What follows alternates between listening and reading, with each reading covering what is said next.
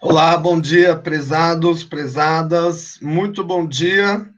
Sexta-feira, 9/4, 8h15 da manhã, iniciamos a nossa live semanal de psicologia social e faço votos de que todos estejam bem, minha gente. É isso aí. Não tem jeito, né? Vamos lá. Bom, na aula anterior, que já faz algum tempo, que teve um feriado no meio, deixa eu abrir aqui. Nós falamos de várias coisas. Dentre elas, vamos lá.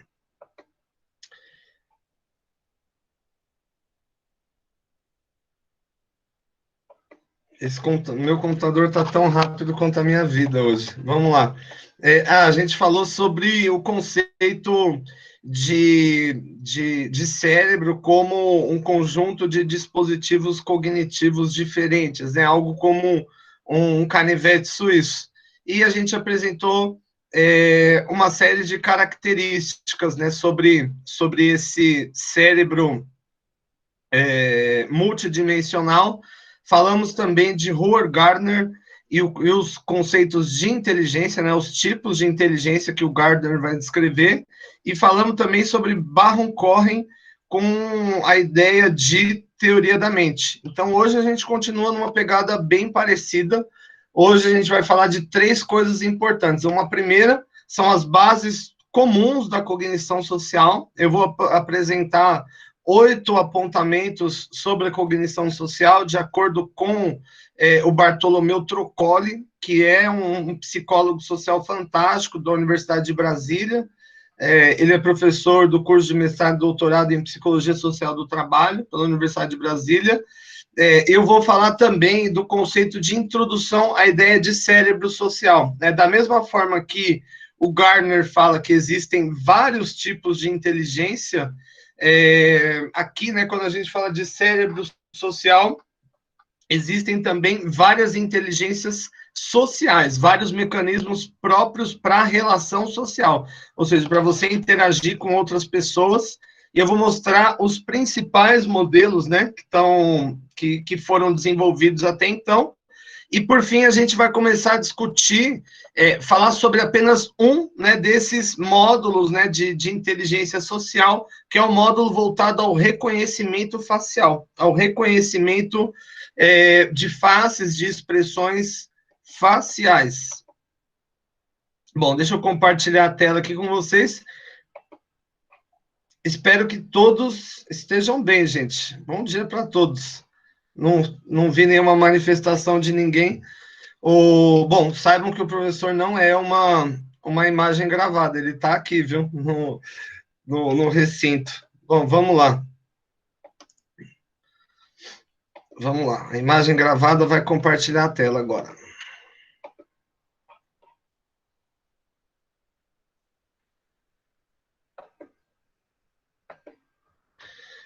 Bom, vamos lá. Então, a gente vai falar sobre esses 3 pontos, né? As bases comuns da cognição social. Basicamente, aqui eu trago 8 apontamentos que o Bartolomeu Trocoli descreve para a gente. A ideia de cérebro social, que foi uma ideia que eu comecei a me envolver em 2011, quando eu entrei no doutorado. Eu mesmo desenvolvi também um modelo de cérebro social, eu vou apresentar ele aqui. Tá certo que ele não é tão inovador, né, frente aos outros modelos, mas é a minha contribuição para a psicologia social. E, por fim, vamos discutir algumas características do modus operandi do módulo de reconhecimento facial, que, para mim, é um dos mais fascinantes. Bom, a primeira característica que eu trago quando eu falo de cérebro social é o fato de que os indivíduos eles são avarentos cognitivos. O que é a avareza? A avareza é mesquinhez, né? A avareza é quando a gente fala de dinheiro pão durice. E quando nós falamos aqui de processos cognitivos, de interações e de qualquer coisa na nossa vida, nós somos inclinados a economizar energia. Perceba que a preguiça, por exemplo, ela é um modus operandi comum entre nós, seres humanos, né? Sempre que nós não precisamos fazer esforço, o corpo simplesmente não quer fazer esforço, né? E nós evitamos fazer esforço, tanto andar, tanto levantar peso, como também esforço cognitivo. A gente só para pensar quando é algo que precisa mesmo, né? Um exemplo clássico disso é que a maior parte das pessoas preferem filmes, documentários, do que livros, né? Por quê? Porque livro exige um esforço cognitivo muito maior do que de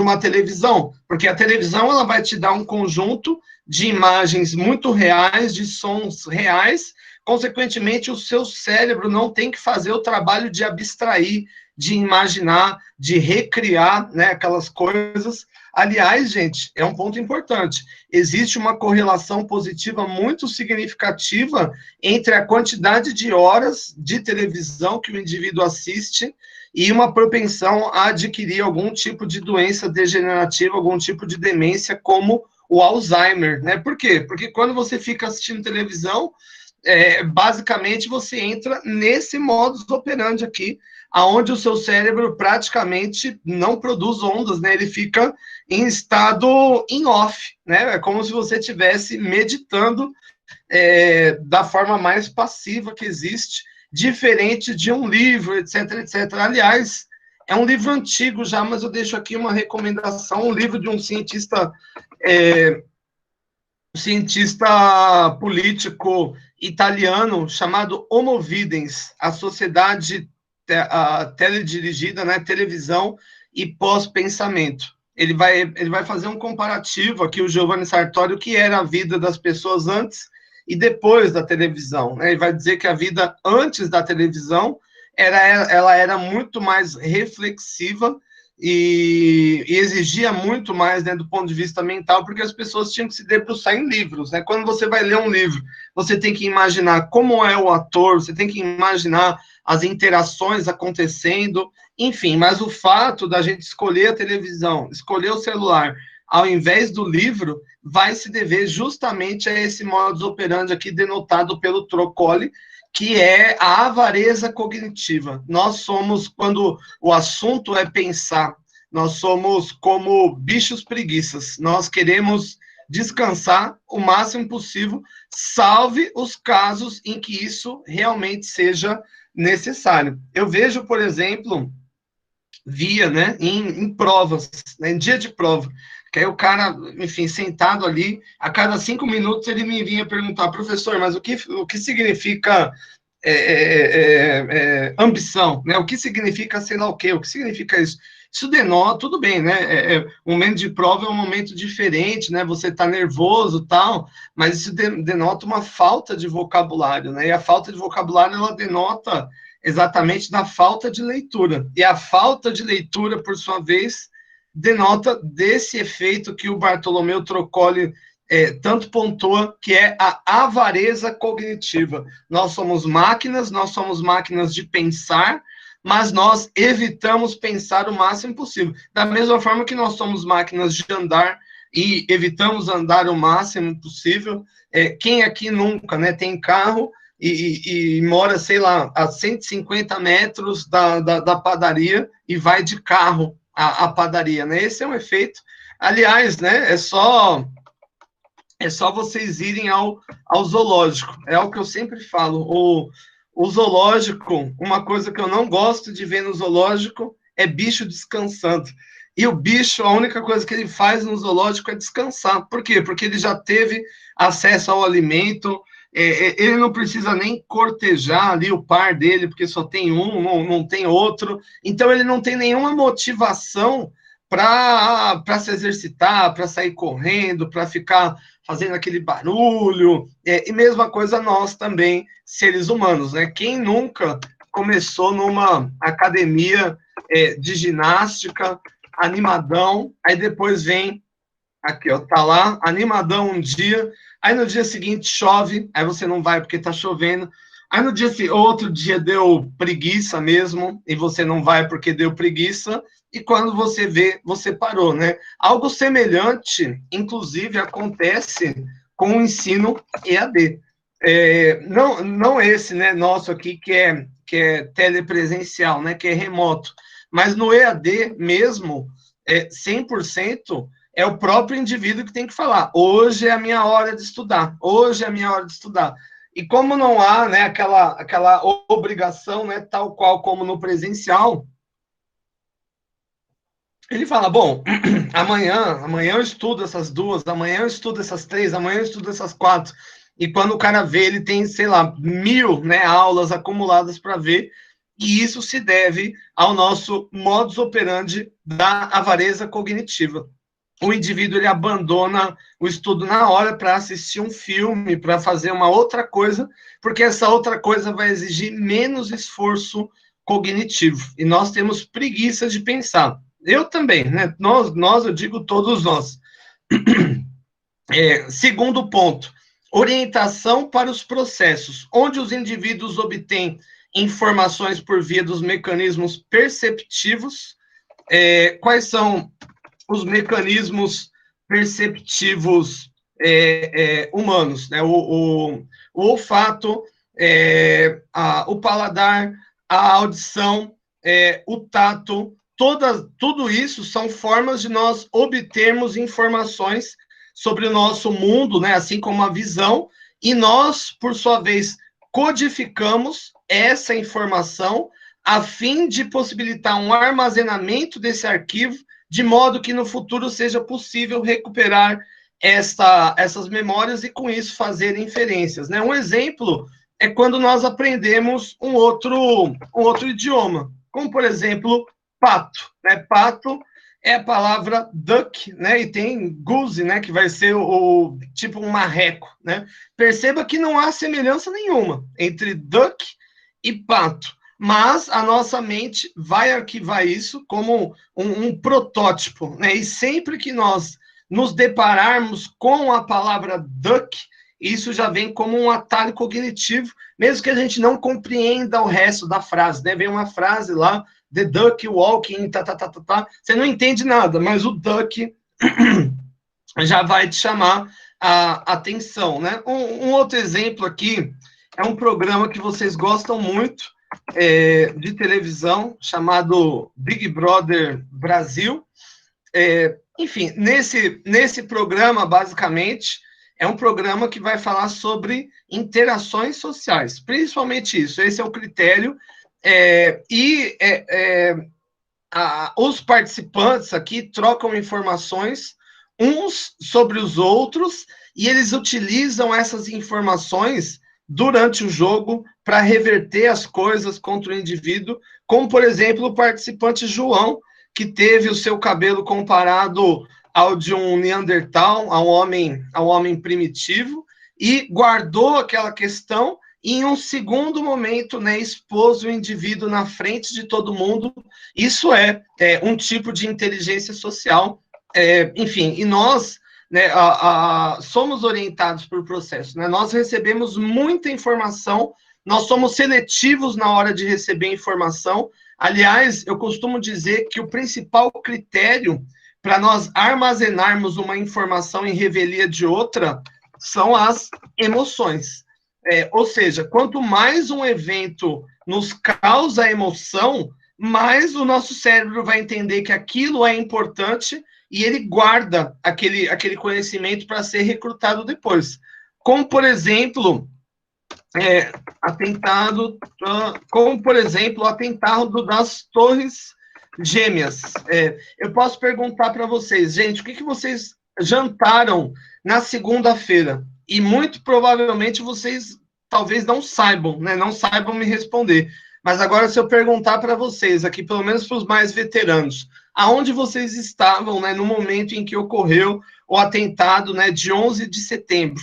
Todo mundo, eu acho que vai me conseguir responder. Por exemplo, eu já ouvi muita resposta de que o cara estava em casa assistindo Pokémon. Eu sei que estava passando Pokémon só por causa dessa resposta, né? Eu, por exemplo, eu estava almoçando num bar, o bar do Seu Zé, em São Paulo, na Zona Norte. Quando eu vi isso aqui, para mim foi uma cena extremamente chocante, e o Seu Zé virou para mim e falou, Thiago, agora ferrou, a guerra, né? Eles vão vir tudo para cá.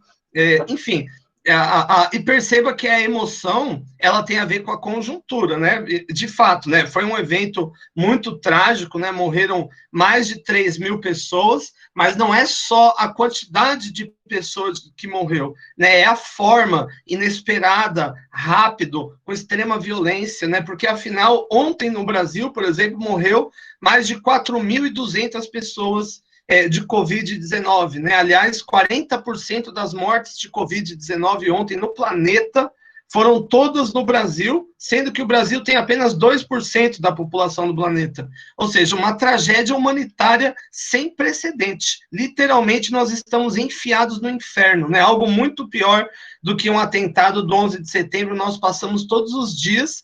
E como não é um evento assim surpreendente, né? Como não é um evento assim que acontece tudo de uma vez, a gente vê aquele monte de gente morrendo, a maioria das pessoas vai se tornando insensível a esse tipo de coisa, nem percebe. Aliás, gente, pode não parecer, mas no Brasil tem gente que, e é um dos temas que eu estou estudando agora no meu pós-doutorado, existe uma espécie de uma negação ao que está acontecendo. Muitas pessoas acham que é mentira, sei lá, que os médicos estão inventando, né? Como se todo mundo fosse não só subornável, mas subornável por nada, né? Você vai falar, bom, tá bom, eu vou entrar aqui na conspiração, não vou ganhar nada, eu vou colocar... enfim, esse é um tipo de cognição muito interessante. Eu tenho um colega que está fazendo pesquisa comigo agora, o Ângelo Fassi, da Universidade de Valência. Ele pontuou que isso tem a ver com uma correlação, uma probabilidade de crença em panaceias. O que é panaceia? Panaceia vai ser uma cura, uma solução fácil para qualquer tipo de problema. Sei lá, como, por exemplo, achar que cloroquina vai curar Covid, ou sol, ou sei lá, qualquer outra coisa, assim, né? Simpatia, etc, etc. Esse tipo de coisa é a panaceia. Então, nós, né, nas nossas orientações do dia a dia, vamos coletando informações, mas não é qualquer informação. São sobretudo aquelas informações que nos causam emoção. Eu costumo dizer, inclusive, que a emoção, ela é a catraca de retenção da mente. Aquilo que emociona passa a catraca e fica ali. Aquilo que não emociona tanto. Por exemplo, se a gente olhar para a rua agora, quantos carros, né, que acabou o período de lockdown aqui em Curitiba, então o trânsito de pessoas voltou a ser muito alto, né? Quantos carros você consegue decorar, né, que passa? Nenhum. Vai passar todos igual. Agora, se passar um carro cor de rosa com o Silvio Santos de cueca em cima, todo mundo vai lembrar desse carro, porque isso causa uma emoção diferente. Aqui eu deixo um ponto importante, gente, inclusive do ponto de vista educacional. Para que a educação, né, digo, sobretudo a educação infantil, a educação de crianças, a educação da escola, ela seja eficiente, ela tem que colocar o aluno como protagonista do processo e proporcionar momentos empolgantes, momentos aqui que não sejam tediosos, né? Porque, caso contrário, não vai haver retenção de conhecimento no longo prazo. E pelo que eu bem me lembro da escola, gente, eu não sei como que era na época de vocês, é um saco. É chato pra caramba. Eu me lembro que era um negócio assim, devagar, e que eu mesmo só gostava de conversar, não gostava muito de ver a professora falando. Enfim, eu mesmo era um péssimo, era considerado um dos piores, né, alunos, né? Era aquele que nenhum professor queria na sala. Enfim, relembrando aqui o passado. Bom, então, nós somos avarentos cognitivos, temos preguiça de pensar. 2, a nossa orientação é voltada para os processos, ou seja, nós utilizamos todos os nossos aparelhos perceptivos, faro, olfato, paladar, audição e visão, para coletar informações, para armazenar essas informações, e no futuro a gente usa essas informações. Por exemplo, se eu sei aqui, vocês falam para mim aqui, tem um aluno aqui, professor, que está falando mal de você, e no futuro eu encontro esse aluno. Aí eu vou lá e pergunto para ele, cara, por que você estava falando mal de mim? Né? Isso é algo propiciado por esse modus operandi. Terceiro ponto é o seguinte, os indivíduos, podem ser também classificados como agentes causais. Isso a nós considerarmos que os indivíduos são internamente impulsionados em direção aos seus objetivos. Ou seja, todos nós temos agendas internas. O que é isso? Nós temos aqui desejos, percepções, vontades que são só nossa, né? Claro que nós somos socialmente construídos, né, por subjetividade, por objetividade, mas tem coisas que só nós acessamos. E nós, geralmente, transformamos esses pensamentos em ação. Como, por exemplo, vir fazer a faculdade de psicologia. Em um dia, um belo dia, isso fez parte apenas do seu mundo mental, apenas do seu planejamento, né, interno, das suas agendas internas, e um dia você colocou isso em curso de alguma forma, né? Perceba que, por mais que você conviva, né, você tenha, sei lá, marido, esposa, mulher, amigo, você não tem acesso em relação a todas as agendas mentais dessas pessoas, né? Quantas vezes você não está, sei lá, conversando ali com o seu parceiro e ele fala, né, nossa, eu sempre tive vontade de ir para Dubai. E, sei lá, você está 10 anos com a pessoa e ela nunca te falou aquilo, né? Isso é uma agenda interna, né? Isso é uma agenda interna e essa agenda ela tende a nos movimentar fortemente em relação aos nossos objetivos através de ações. Um quarto ponto, existe um efeito constante de percepção mútua, onde o indivíduo observado tende a retornar a percepção de forma a afetar a percepção do observador em um efeito simbiótico e retroalimentativo.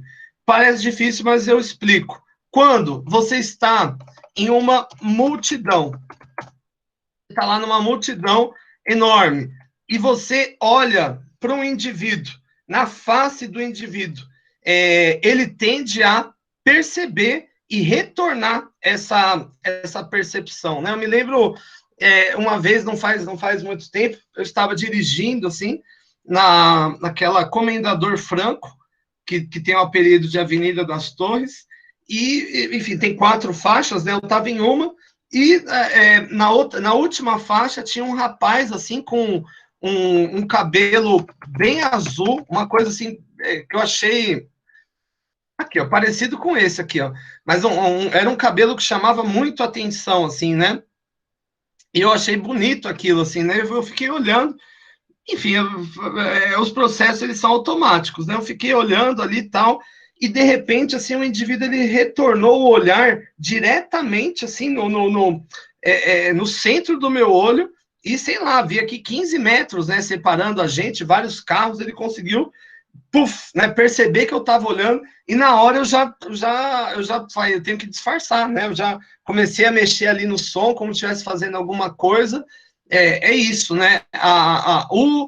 Nós conseguimos perceber, né, quando os outros nos observam, e isso vai afetar, por sua vez, o comportamento e as ações dos próprios observadores, né? Nós somos seres que não somos insensíveis, né, ao padrão observativo, né? E esse também é um elo social muito forte, né? Numa balada, por exemplo, né? Estão várias pessoas dançando, uma começa a olhar para a outra e ela já encara isso como, muitas vezes, um sinal de comunicação, de aproximação. Aliás, a comunicação e a aproximação, ela tende a se dar dentro dessa perspectiva. 5, existe o ponto de centralidade do eu, onde, ao observar situações de outros indivíduos, o sujeito acaba por visualizar a si mesmo, né? Quem nunca, por exemplo, viu sei lá, um show de uma banda, por exemplo, e se imaginou no palco, né, fazendo as mesmas coisas, né, fazendo o mesmo movimento, se colocando no lugar como si mesmo, em parte... Neurônios espelho. Em parte, isso é motivado pelo que nós chamamos de neurônios espelhos. Ou seja, quando, por exemplo, um outro indivíduo sei lá, ele cai da bicicleta e se machuca, e você vê aquela cena, em parte, você consegue sentir um pouco daquilo. Você, por exemplo, a expressão facial, você faz um nossa, né? É como se o seu cérebro sentisse a dor do outro, né? De forma geral. E essa é uma das bases de aprendizado humano, né? Como, por exemplo, aqui nessa imagem, né? O cara mostrou a língua, o bebê mostra a língua, o cara bocejou, o bebê bocejou, o cara fez aqui um bico, o bebê fez um bico bem engraçado, né? Diga-se de passagem, e isso se dá, né? Tanto em situações reais, onde nós estamos vendo, como também situações imaginárias, né? Nós nos colocamos em papéis mentais, em papéis sociais que nós não vivemos, né? Nós nos colocamos em papéis imaginários, né? Ao observar outros indivíduos, né? Só deixa eu retomar aqui. Então, 1, avareza cognitiva. 2, orientação para processos. 3, agentes causais. 4, efeito de percepção mútua. 5, centralidade do eu. 6, a psicologia leiga. Na aula passada, a gente falou sobre o Simon Baron Cohen e o construto de teoria da mente.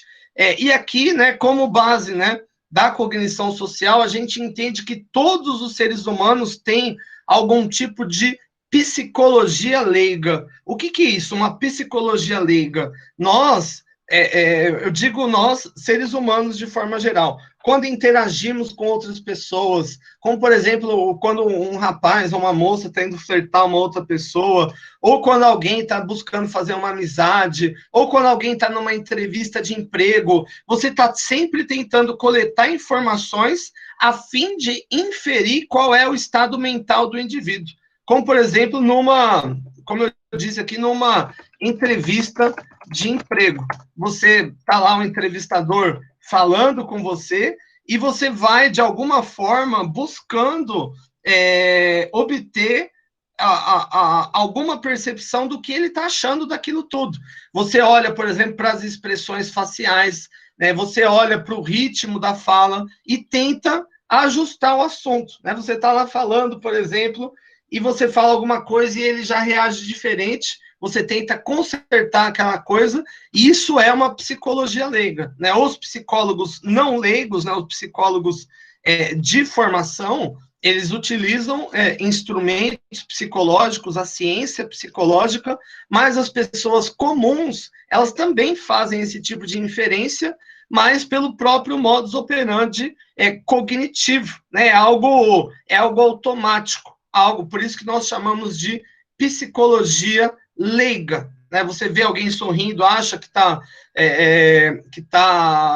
enfim, que está achando uma coisa, como, por exemplo, acho que eu já falei disso na aula anterior, eu acho tão engraçado isso, pegadinha do ceguinho, como naquela pegadinha que eles fazem com o cego, né? Fica ali a pessoa encarando uma outra, tal, depois ela não, sou cega aqui, ou seja, aqui o tempo todo o indivíduo ele está fazendo inferências sobre a outra pessoa, não, ela está olhando, ela está gostando, acho que ela está querendo alguma coisa comigo, enfim, então aqui, psicologia leiga.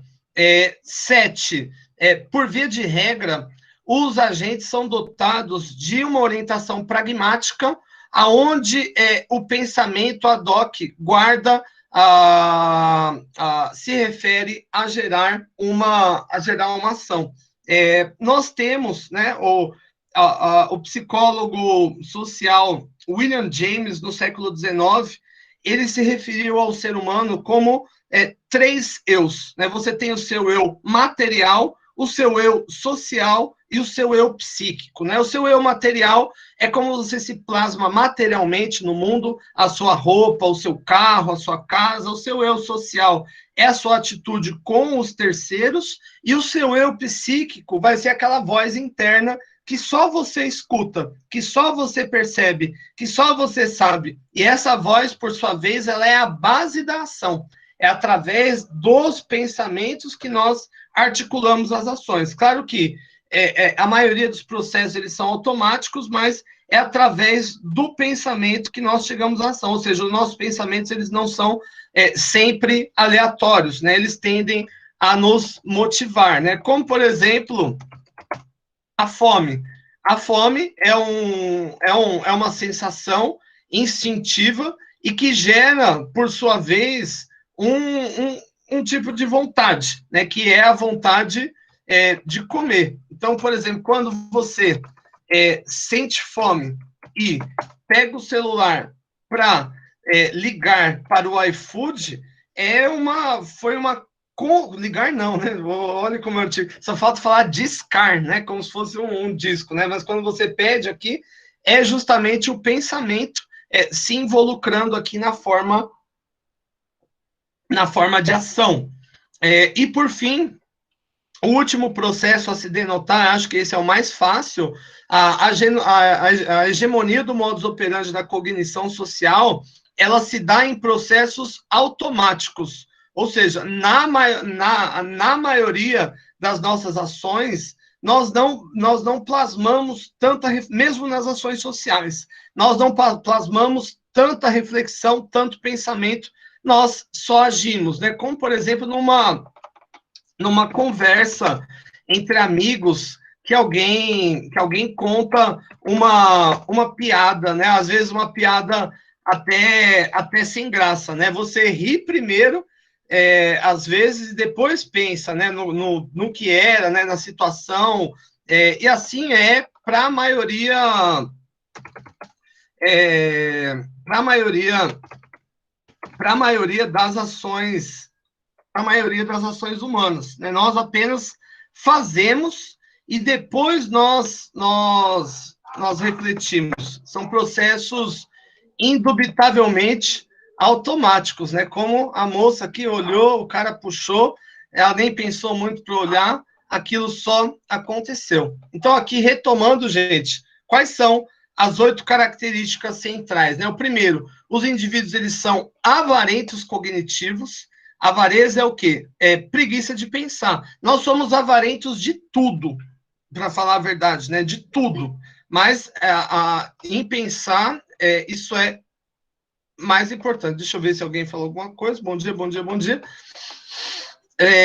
Avareza cognitiva. O segundo, orientação para os processos, ou seja, nós coletamos muitas informações, muitas, gostos de alimentos, vozes de pessoas, informações sobre rostos, e nós arquivamos essas informações e utilizamos depois na nossa vida, né? Elas não são informações que caem em nós por acaso. Nós voltamos essas informações, principalmente quando nós falamos de relações sociais. Como eu dei o exemplo ali do rapaz do Big Brother Brasil, o João, né, que teve o cabelo comparado com de um ser primitivo, e guardou aquilo e retornou aquela informação em um outro momento de interação. E lembrando aqui, né, a emoção ela vai exercer um crivo, né, muito significativo.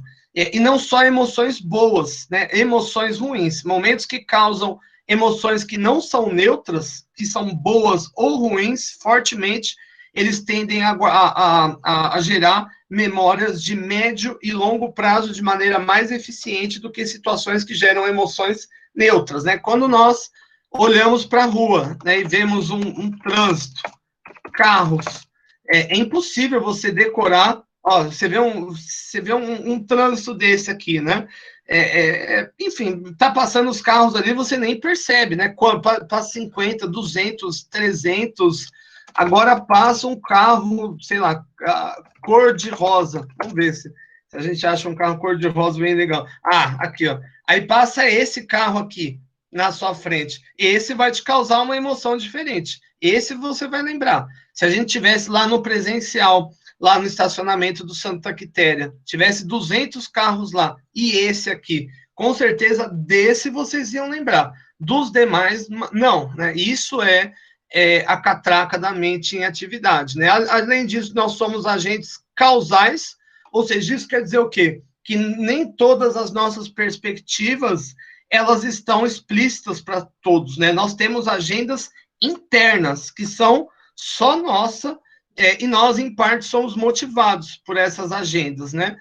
Além disso, né, nas interações cotidianas, né, a observação, a percepção, ela tem de ser mútua.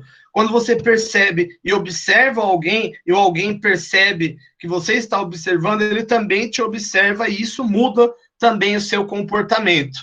Além disso, nós estamos sempre numa ideia de centralidade do eu, né? Nós somos aqui, como eu já disse, agentes sociais, que exercemos papéis sociais, mas nessa circunstância nós nos observamos, nós nos percebemos como protagonistas do nosso teatro, né? E quando nós hipotetizamos situações, a mirar, por exemplo, uma banda de rock, alguém numa situação, ou numa outra situação, nós nos colocamos também naquela situação hipoteticamente, né? Mas como representando, né, aquilo, né? A psicologia leiga, por sua vez, ela diz respeito a essa capacidade automática que os seres humanos têm de fazer inferências mentais em relação a estados mentais de terceiros, né?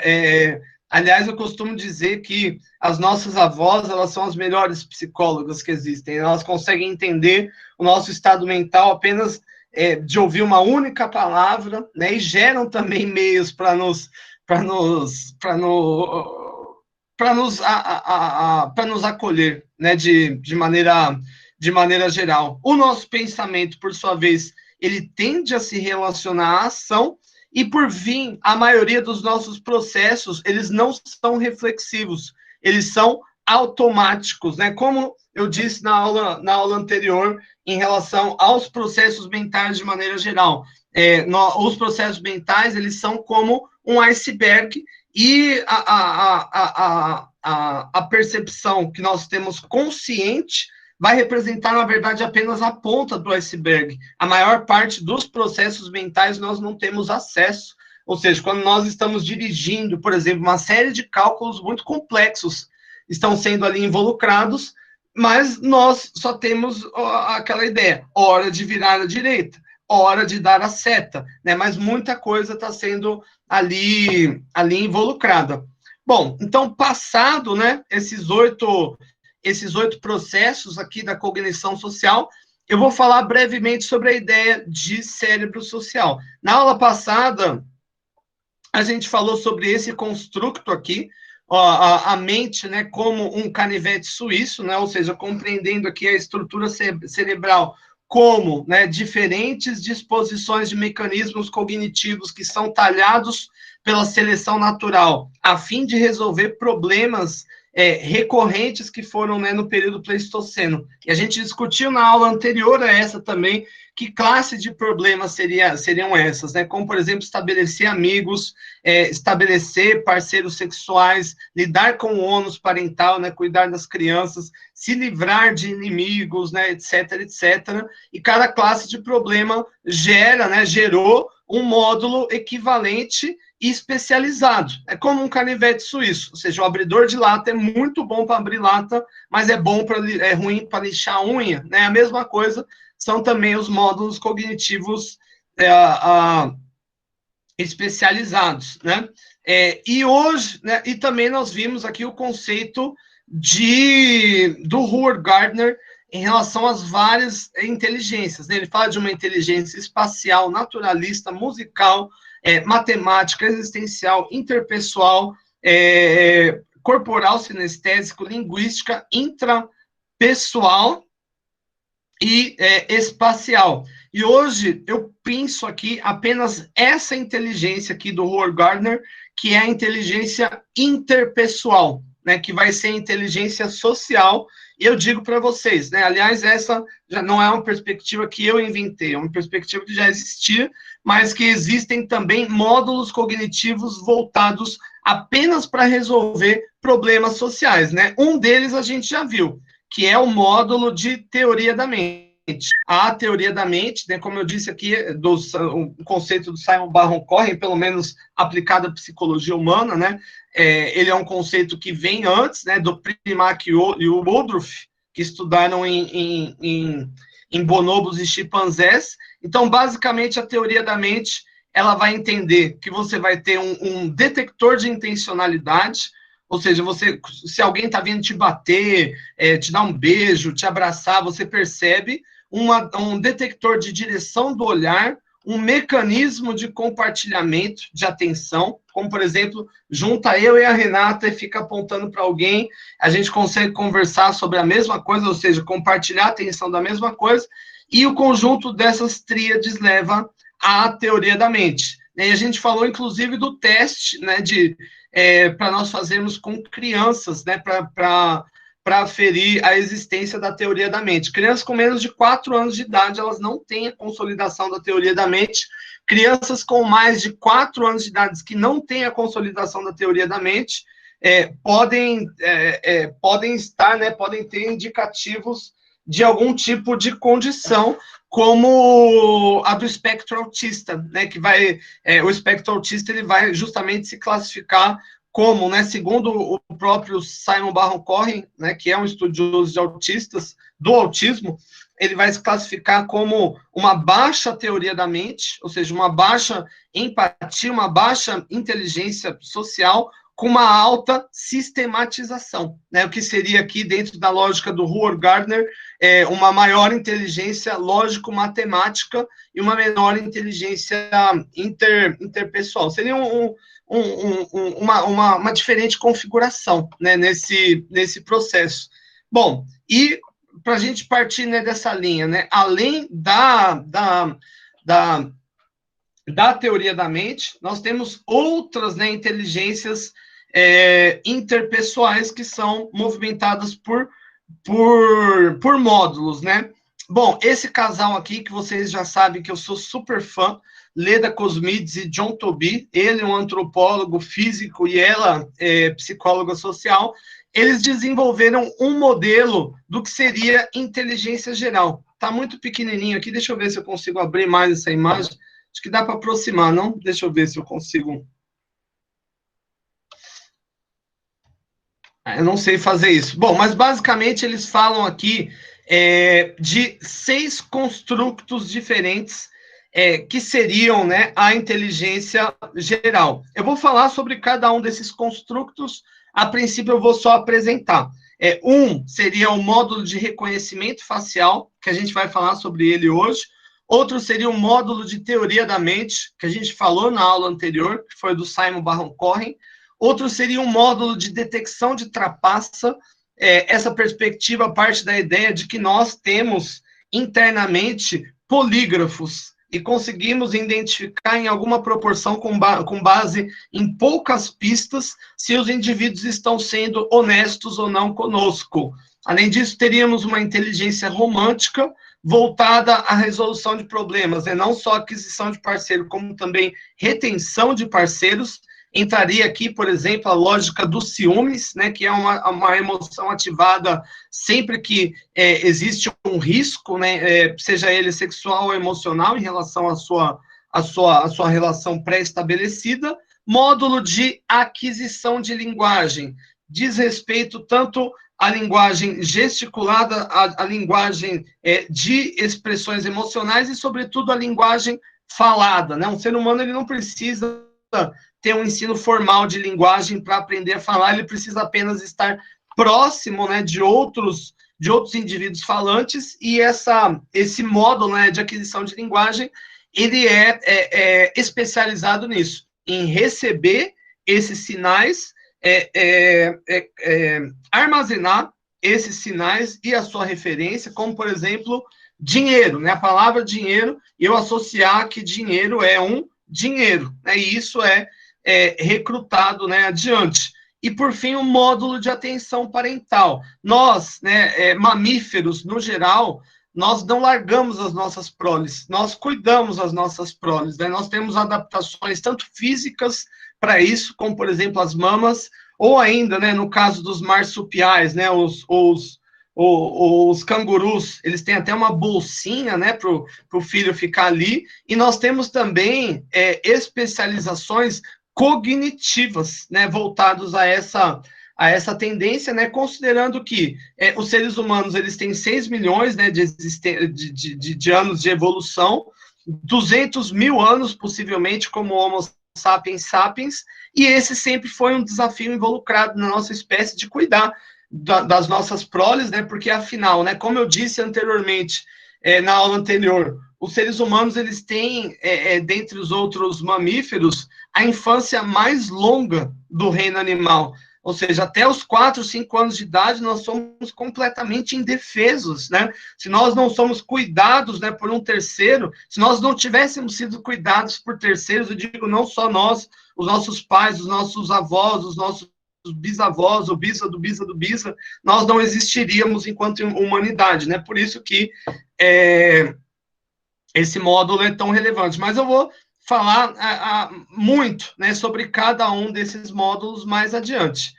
Depois que a Leda Cosmides e o John Tobey, né, classificaram a inteligência geral como esse construto, um outro cientista cognitivo que eu gosto muito, muito mesmo, Satoshi Kanazawa, para mim um gênio da psicologia social.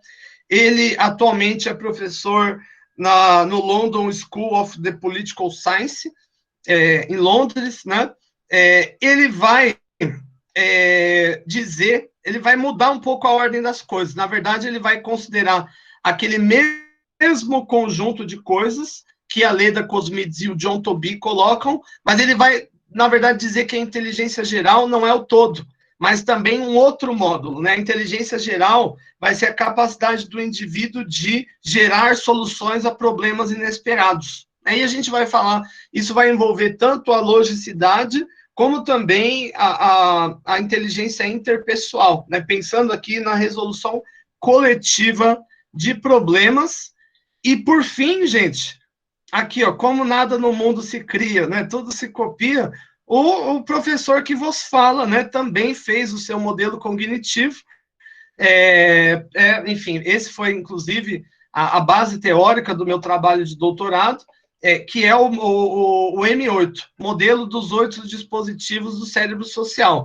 Eu considero os mesmos módulos que a Leda Cosmides e o John Tobey propõem, que o Satoshi Kanazawa propõe, mas eu crio, né, eu estabeleço mais um módulo, que seria um módulo de punição. Nós, seres humanos, somos extremamente sensíveis à injustiça, sensíveis a situações como, por exemplo, uma criança sendo abusada, uma mulher sofrendo violência, e nós sentimos, isso é um sentimento, vontade de punir. Nós temos, né, e essa vontade, ela não é apenas cultural, ela é uma vontade cognitiva postulada como um módulo, né? E nós temos evidências até arqueológicas sobre isso. Em Jezebel, por exemplo, próximo a Israel, houveram achados arqueológicos que apontaram pessoas que morreram há mais de 80 mil anos atrás e fruto de violência. Elas foram amarradas, elas foram torturadas,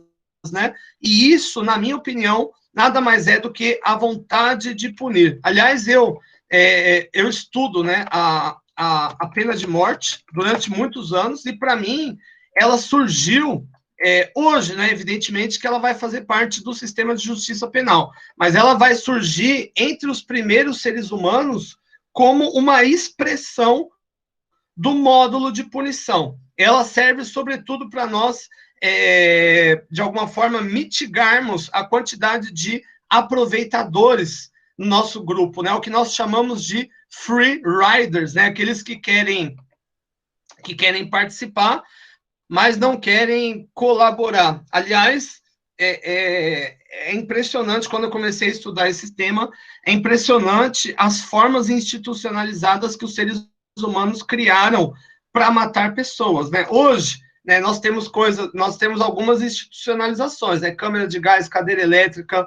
injeção letal, mas quando nós olhamos, por exemplo, para a Inquisição, né, que eram os tribunais da Igreja Católica, aí os métodos eram os mais criativos, né, possível, né? Como, por exemplo, a fogueira, ou ainda o esfolamento, empalamento, que ainda é um método utilizado no Sudão do Sul, enfim, diversos, aliás, até pisoteamento por elefante, enfim, os seres humanos, eles são extremamente criativos, né, na forma de matar uns aos outros, matar para punir, e isso me levou a concluir que existe, né, e a propor, né, aliás, consegui defender minha tese, então foi aceito, né, essa teoria no mundo científico, a propor que existe um módulo voltado à punição, e esse módulo, ele é universal. Em todas as culturas humanas, esse módulo se plasma. Bom, então plasmado isso, esses 3 modelos, a partir da aula de hoje, a gente começa a estudar o meu modelo e estudar os módulos aqui relacionados. Hoje eu vou fazer apenas uma breve apresentação do módulo de reconhecimento facial. E nas aulas posteriores nós vamos abranger os outros módulos, né? Então, um ponto interessante, em homenagem, deixa eu ver se tem alguém aqui, ó. Vocês já ouviram falar desses caras aqui? Quem sabe quem são eles, gente? Só de observar o bolo. Deixa eu ver aqui. A Helena deve saber. Sabe quem é a Helena?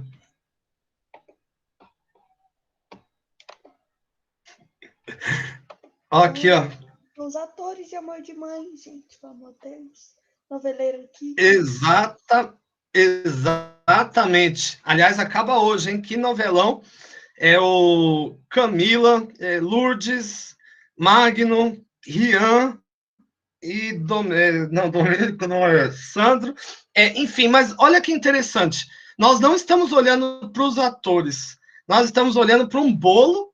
Aliás, que ideia, né, de fazer um bolo de aniversário disso, né? Mas nós estamos olhando para um bolo e no bolo estão imprimidas fotos das pessoas e foto de uma área específica do corpo, que é o rosto, né? Se tivesse aqui a mão da Lourdes, se tivesse a barriga, o pé, o joelho, o cabelo, qualquer outra parte do corpo, nós não conseguiríamos reconhecer, né? O rosto, ele é o principal e talvez o único, sem equivalente, mecanismo de identificação de pessoas, né? Tanto é que no nosso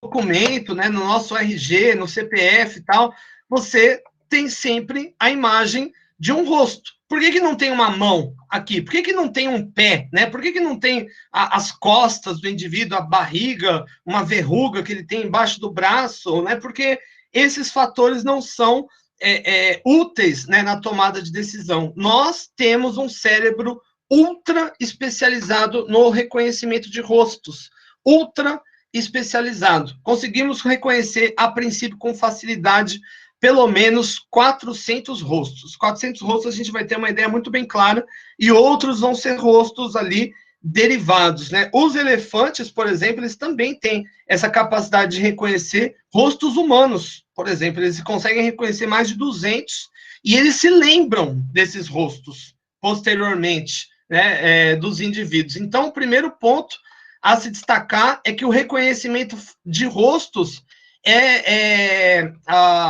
ele vai se plasmar numa lógica. Primeiro, todos os rostos eles vão ter a mesma aparência básica, ou seja, você tem uma boca, um nariz, 2 olhos, uma orelha. Então, o reconhecimento de um rosto ele vai se dar pela identificação de desvios sutis, né? Como, por exemplo, o padrão protótipo pela configuração, ou seja, se o olhinho é mais puxado, se o olhinho é mais aberto, se o nariz é mais para o lado, se o nariz é mais para o outro, a boca, a simetria, são pequenas, né, diferenças se a gente olhar para essa fotografia.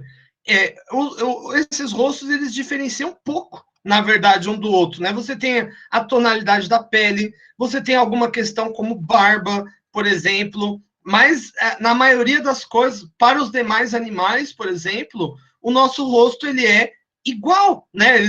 É muito difícil, né? Eu digo para cães e gatos não, são animais bem desenvolvidos nesse sentido. Mas sei lá, para um inseto, né? Os nossos rostos eles não se diferenciam.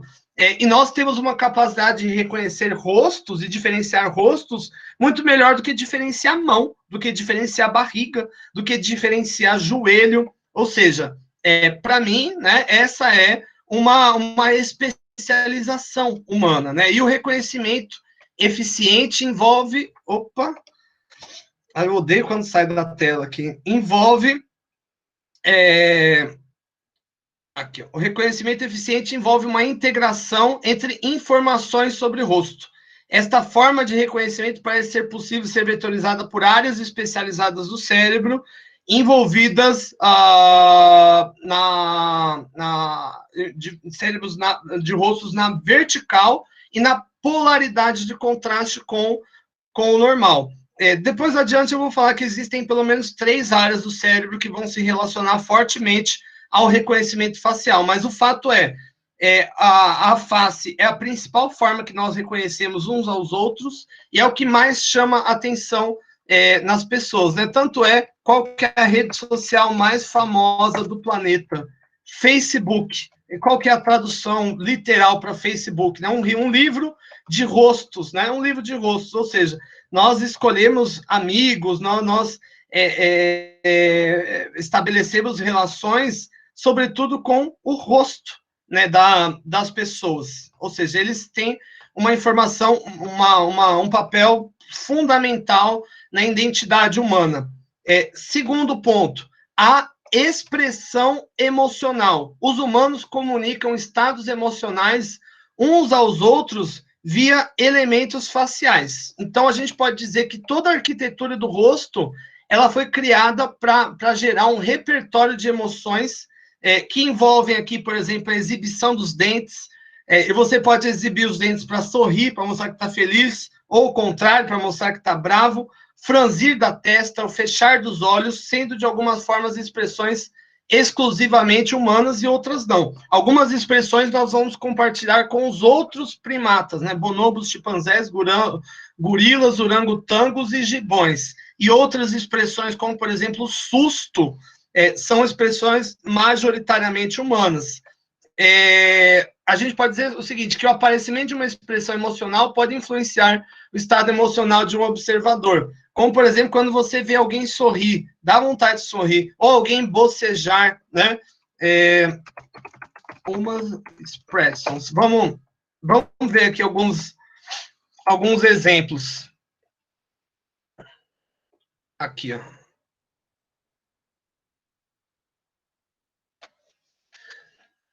Ó, por exemplo, aqui é uma...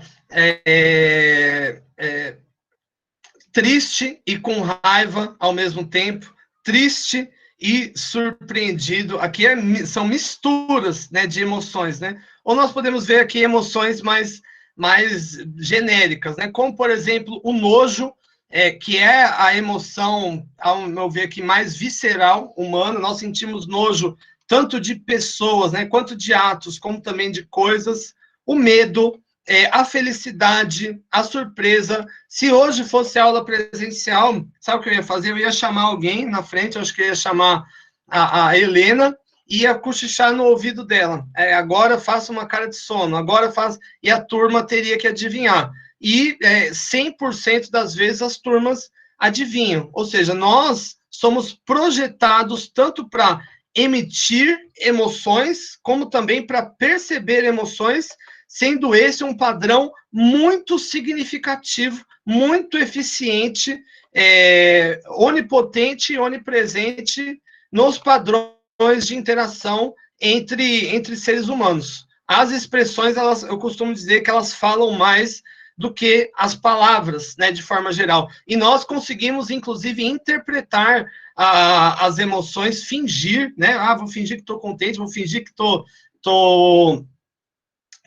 triste, né? Ao meu ver, essa é a minha opinião. Eu acredito que, possivelmente, as expressões faciais, elas surgiram em momentos anteriores ao aparecimento da linguagem humana para fazer o papel de comunicação, né? De forma geral, para comunicar, por exemplo, que alimento é bom, se você está contente, se você está feliz, né? Qual que é a sua condição. Tanto é que algumas coisas, né, como, por exemplo, os bocejos, eles são contagiantes, né? Quando um indivíduo começa a bocejar, o outro também começa. Ao meu ver, isso tem a ver com o período ao qual nós evoluímos, né, em grupos de 150 pessoas, a maioria dormia à noite, né, dormiam todos juntos, Então, quando um começava a bocejar, isso já de alguma forma incentivava os demais a ficarem com sono e todos dormiam juntos, né? Para mim é um mecanismo extremamente funcional nesse sentido. E esse era também um experimento que eu geralmente faço em sala de aula. Eu comento com alguém que senta na frente ou atrás, ou se a gente está em círculo, ó, fica bocejando até você ver alguém bocejar também. E, de fato, a partir do momento que o indivíduo começa a bocejar, você já tem 3, 4, 5, rápido, assim, principalmente se a aula é à noite. Principalmente se a aula é à noite. O cara começa a bocejar na sala de aula, tá de noite, todos os outros começam também a abrir a boca de imediato. Um outro ponto importante, orientação pelos olhos. Os olhos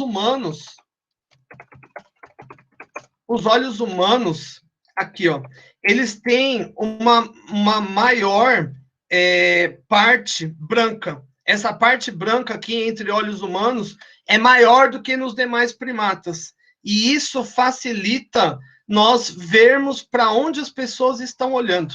Se nós olharmos olhos, chimps, se nós olharmos para um olho de um outro primata, por exemplo, como de um chimpanzé, perceba que é quase tudo preto, né? Quase tudo escuro, não tem tanto contraste, é mais difícil de você comunicar a direção do olhar. Aliás, é muito residual. Alguns primatas, alguns poucos, têm a parte branca um pouco mais equivalente, mas o resto, né? Aqui nós podemos fazer um bom comparativo. Aliás, é um texto aqui, inclusive, falando disso aqui. Did evolution make eyes stand out? Né? É um texto falando exatamente sobre isso que a gente está falando aqui.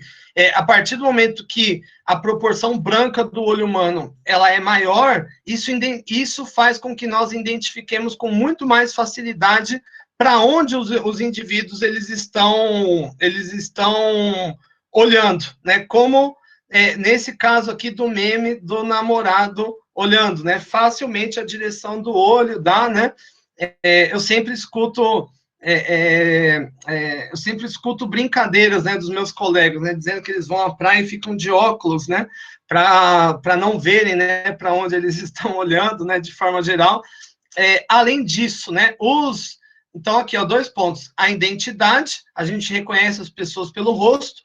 As expressões emocionais, nós somos projetados para utilizar o nosso rosto para expressar estados internos e também nós somos projetados para detectar esses estados internos de outros indivíduos que são emitidos através do rosto. A nossa orientação pelos olhos, né? Os nossos olhos, eles são, a parte esclerótica, ela é mais branca do que os dos demais primatas, o que facilita a identificação para onde nós estamos olhando. E o terceiro ponto, o quarto ponto, a questão da seleção sexual. O rosto ele vai representar uma das principais medidas de identificação, de atração por uma outra pessoa. Então, é através, principalmente, dos rostos que é medido o grau de atração sexual de uma pessoa.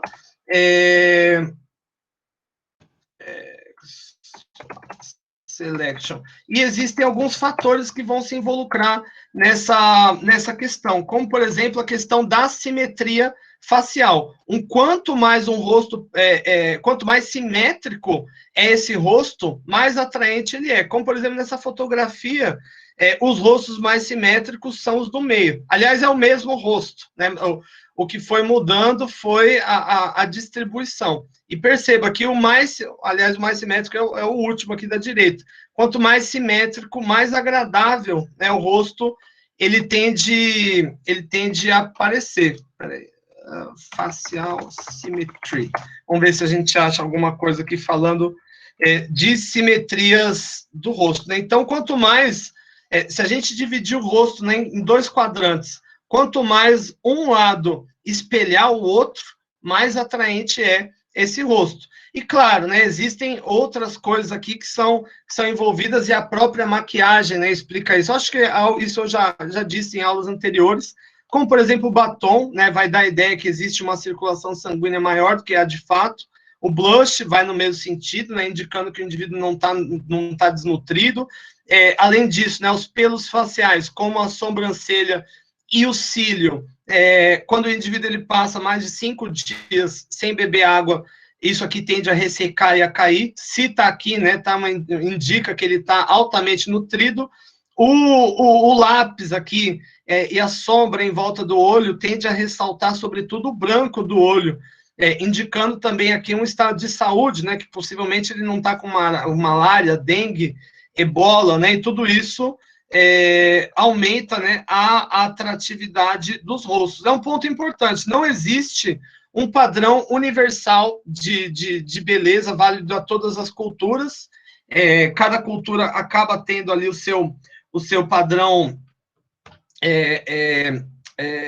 estabelecido, né, por variáveis culturais. Contudo, a questão da simetria, ela se mostra mais ou menos universal, e também os rostos mais atraentes em uma cultura são aqueles mais medianos, ou seja, não é o rosto mais exótico, mais diferente, não, é aquele que parece aglutinar as características de uma região. Aqui é interessante essa fotografia. Aqui no meio tem o rosto original, aí aqui na esquerda tem na direita, eles cortaram o rosto e fizeram a simetria e espelharam o lado da direita e a simetria da esquerda. E perceba que, apesar de sutil, mudou a atratividade do rosto. Acredito que esse aqui, se a gente fizer uma bateria de estudos, vai indicar como mais atraente de forma geral. Leva, em média, 7 segundos para nós avaliarmos com precisão a atratividade de um rosto, vendo se ele causa boa impressão, se ele causa má impressão. Deixo aqui uma dica, tem um cientista cognitivo russo, que eu gosto muito, chamado Alexander Todorov, e ele vai estudar exatamente isso, como as pessoas percebem o rosto, como as pessoas fazem impressões através de rosto. Ele tem milhares de baterias de estudos sobre isso. Atualmente, ele é professor em Princeton, nos Estados Unidos. Eu gosto muito, né, dos estudos do Alexander Todorov. Além disso, um outro ponto importante, gente, já estamos finalizando. O caminho da percepção do rosto ele é complexo e apenas parcialmente reconhecido. E quando nós olhamos para recém-nascidos, eles vão brevemente, apesar da visão ser muito incipiente, detectar padrões de comportamento do rosto da mãe em detrimento dos demais. Ou seja, eles conseguem perceber mais facilmente a expressão facial da mãe, e também eles tendem a preferir observar o rosto da mãe do que os demais, e isso se dá durante os primeiros anos de vida e tende a se manter razoavelmente, né? Mas ainda assim não há um consenso de como isso se dá, né? Talvez, eu acho que pelo priming, né, do parto, né, que você vai ter quer dizer, acho que isso faz parte do processo, né? Uma grande onda de oxitocina. Oxitocina, como a gente sabe, é o hormônio da paixão, e isso faz com que haja, né, esse printing, né, logo de cara com o rosto da mãe. Tanto é que nos partos contemporâneos humanizados, eles recomendam o que a gente chama de golden hour, né? Depois do parto, a mãe ali ficar não ir lavar o bebê direto, não, deixar ele ali sujinho, como ele está, durante 1 hora ali, né, sentindo a mãe e tal. Estudos mostram que nesse momento, né, existe uma grande troca, né, de percepção aqui com o rosto da mãe, com também outras coisas como a temperatura do corpo, os batimentos cardíacos, enfim. E aqui, em suma, mas aqui é só a nível de curiosidade mesmo, nós podemos apontar pelo menos 3 áreas, né, relacionadas a esse mecanismo de reconhecimento facial. Uma é a amígdala. A amígdala, como a gente bem sabe, ela é um gerenciador de emoções, etc., etc., e ela vai estar pautada principalmente em reconhecer as expressões faciais, emocionais. Indivíduos que sofrem lesão em amígdala ou que têm, enfim, uma amígdala muito pequena, eles têm dificuldade de reconhecer as expressões emocionais dos indivíduos. Além disso, nós teremos também o córtex orbifrontal, que vai identificar principalmente as expressões de raiva, e também o sulco interparietal, né, que também vai estar relacionado nesse processo. Deixei aqui as três imagens, e o sulco, ele vai, deixa eu ver se eu consigo abrir um pouco maior, ele vai ser o responsável por detectar aqui, ó, sulco central, giro pré-central e giro pró-central. Essa área aqui vai ser involucrada na percepção da direção do olhar. A amígdala vai ser responsável pela interpretação das expressões faciais, e o orbifrontal, ele vai perceber principalmente as expressões faciais relacionadas à raiva. Gente, então, em suma, é isso, né? Então, resumindo tudo que a gente falou, primeiro, características básicas da cognição social. Os indivíduos, eles são preguiçosos, né, avarentes cognitivos, são voltados a processos, ou seja, todas as informações que nós recrutamos, que nós coletamos hoje, para recrutar algum dia. Os indivíduos, eles têm agendas internas, né, que o movimentam. A percepção, ela é mútua, ou seja, quando você observa alguém e esse observado percebe, ele retorna ao observador, a observação ao observador, afetando assim a percepção do observador.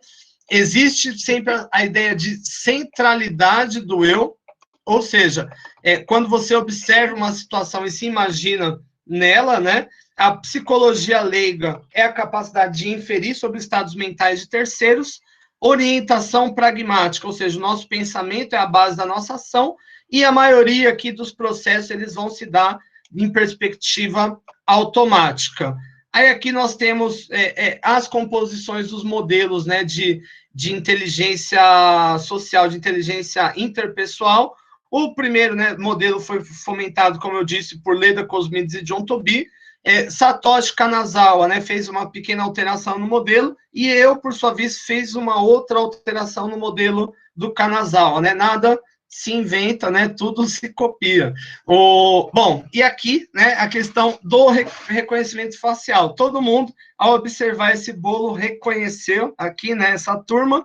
Então, o rosto, ele serve para reconhecer identidade, para expressar emoções faciais. Os nossos olhos, eles são adaptados para facilitar a percepção da direção ao qual eles estão se involucrando. A atratividade física e sexual, ela tem como critério maior, mas não o único, né? A observação dos rostos. Além disso, né, essa percepção do rosto, né, ela é aparentemente inata, né? Os recém-nascidos já adotam já um padrão diferenciado aqui de percepção em relação à mãe. E, por fim, né, nós temos aqui um retrato dessa arquitetura em âmbito neural, né? A amígdala vai estar responsável aqui por perceber as emoções, o córtex orbifrontal vai perceber principalmente as expressões de raiva, e o sulco central, ele vai se mostrar mais sensível a identificar a expressão do olho. Gente, aqui eu vou deixar uma dica para vocês, mais etnográfica, para a gente refletir um pouco sobre o que a gente viu hoje. É um documentário da Netflix chamado, Marked, não sei se tem em português a expressão, seria Marcados, né? É um documentário sobre o uso de escarnificação facial em comunidades tradicionais na Nigéria. Então, enfim, basicamente são tatuagens, né, ou são outros tipos de marcas feitas, boa parte ainda quando o indivíduo é criança, e aqui, né, essas marcas, elas teriam alguns papéis dentro dessas comunidades, né? A primeira é a identificação com o grupo. Cada família, cada grupo tem um padrão de marcas faciais, como, por exemplo, nesse senhor idoso aqui, né? Além disso, parte dessas marcas, né, vão se relacionar a crenças religiosas, a magia, inclusive a práticas curativas. Muitos vão acreditar que com essas marcas o indivíduo ele não fica mais doente, ele está imune ou que ele está mais próximo a Deus. Como eu disse aqui, né, boa parte dessas marcas é feita ainda quando é criança ou quando é bebê, e também o embelezamento. Enfim, e o rosto, né, como eu disse aqui, o principal canal de comunicação com a sociedade. Por isso que vai receber um destaque tão grande. É um documentário de 20 minutos, gente, 20 minutos, mas que vale muito mais do que essa aula inteira do que eu dei, e enfim, me tocou muito, para falar a verdade. Foi produzido por Nadine Ibrahim. Eu estou assistindo agora outros documentários dele, um grande documentarista. Enfim, fica a minha dica cultural. Deixa eu voltar aqui para vocês um pouco. Falei muito hoje, vocês não falaram nada. Vamos voltar aqui. Pergunto, gente, teve alguma dúvida? Alguma questão? Algum comentário que vocês gostariam de deixar? Acharam bacana a aula? Acharam meia boca? E aí?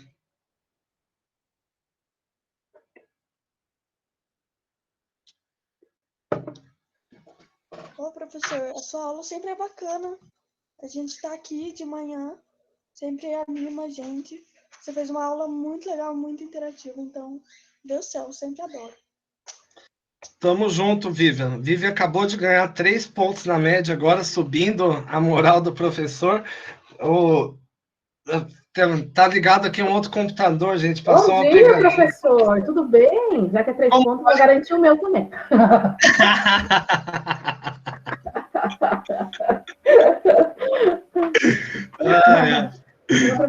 Era boa. Show de bola, Daniela. Show de bola. Muito bom. Já até achei aqui o documentário aqui, já deixei até marcado aqui para assistir no final de semana. Veja, 20 minutinhos que você perde da vida. Eu achei muito sensível, assim. É um negócio que eu sempre falo, Daniele. Parece bobo, mas é muito difícil, eu acho, para a gente se colocar no lugar do outro como outro, sabe? A gente sempre se coloca no lugar do outro como nós mesmos, né?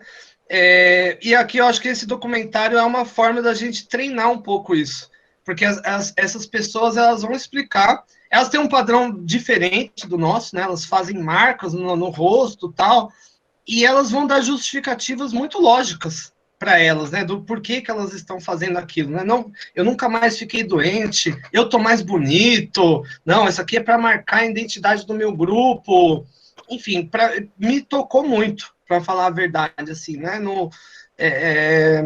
Enfim, uma sensibilidade que eu acho que o documentarista teve, né, de trazer a subjetividade, e mostra como o rosto ele interfere, inclusive de maneira deletéria, né? Muitas são comunidades tradicionais, só que a Nigéria é um país, né? Vai ter a zona urbana, tal. Boa parte dessas pessoas não conseguem emprego depois, né? Elas saem lá da tribo que eles viviam, vão lá trabalhar no McDonald's com a cara toda marcada e sofrem preconceito por isso, né? Porque elas não acabam não se entendendo. Eu acho muito interessante, né? Como as percepções elas mudam, mesmo dentro de um território. Porque a Nigéria é um paísinho do tamanho de Curitiba, né? É um ovo, né?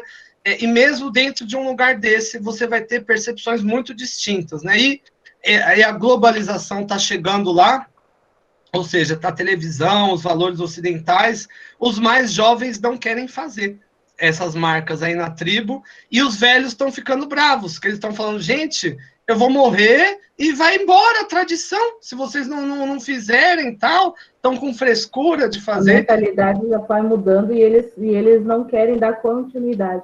Mas é muito interessante, professor. Muito. É igual, né, aqui, né, no mundo ocidental aí, a harmonização facial aí, queridinha aí do povo, que mexe de uma forma que muda completamente o rosto, depois as pessoas vão lá e se arrependem, querem voltar, mas não tem, a partir do momento que mexe, daí não consegue voltar. E como muda a pessoa, daqui a pouco, é tudo modinhas, assim, né? Aí a pessoa fica tudo ali com aquele rosto estranho, é complicado.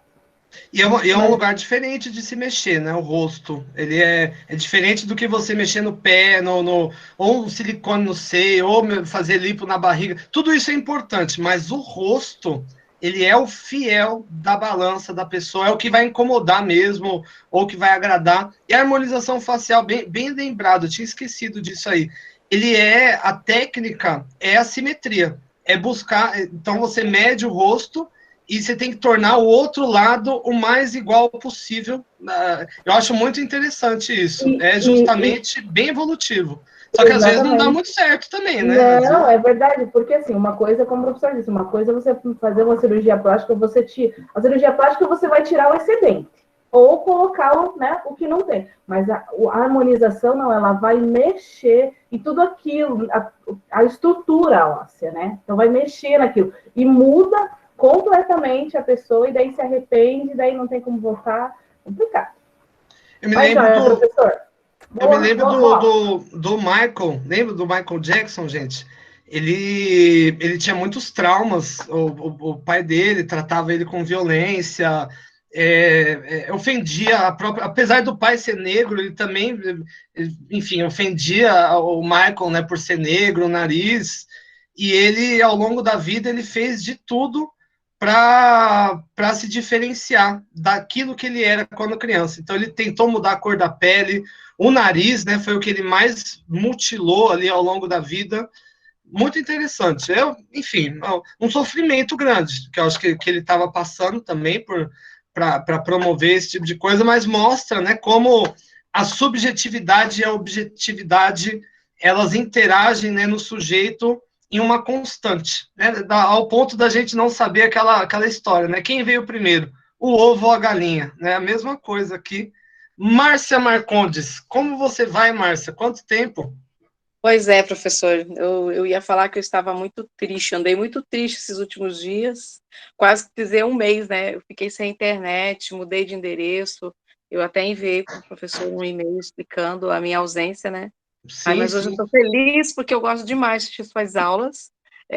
Eu vejo o professor assim, com aquela marretinha vindo no nosso cérebro, tum, tum, tum, tum, aquele formol, e vai abrindo, assim, sabe? Vai aumentando nossa compreensão, nosso entendimento de vida.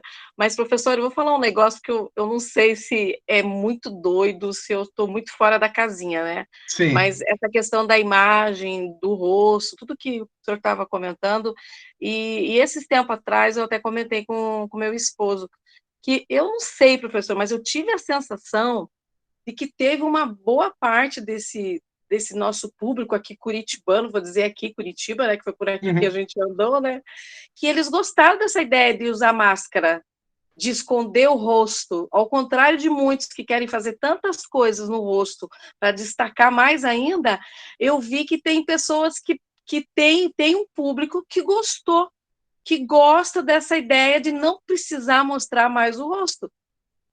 Olha, Márcia, agora você, como diria no interior de São Paulo, você me agarrou sem abraçar antes. Essa foi muito bem sacada. Eu concordo com você. Assim, enfim, comparativamente com o resto do Brasil, eu acredito que o sulista ele seja um pouco emocionalmente um pouco mais reservado. Ele seja um pouco menos assim, acredito eu, posso estar enganado, mas por conta da colonização majoritariamente europeia, muito forte da influência europeia e do leste da Europa, né, da Rússia, da Polônia, da Ucrânia, que são regiões, enfim, eu não sei se vocês conhecem essas regiões, mas que as pessoas também não são muito emocionais e elas não são muito bem assim dadas assim no contato um com o outro, tal. Então acho que a gente herdou culturalmente um pouco dessa influência. Claro que aí chega eu aqui de São Paulo, chega outro colega, a gente vai bagunçando um pouco aqui o repertório, mas acaba mantendo um pouco essa influência.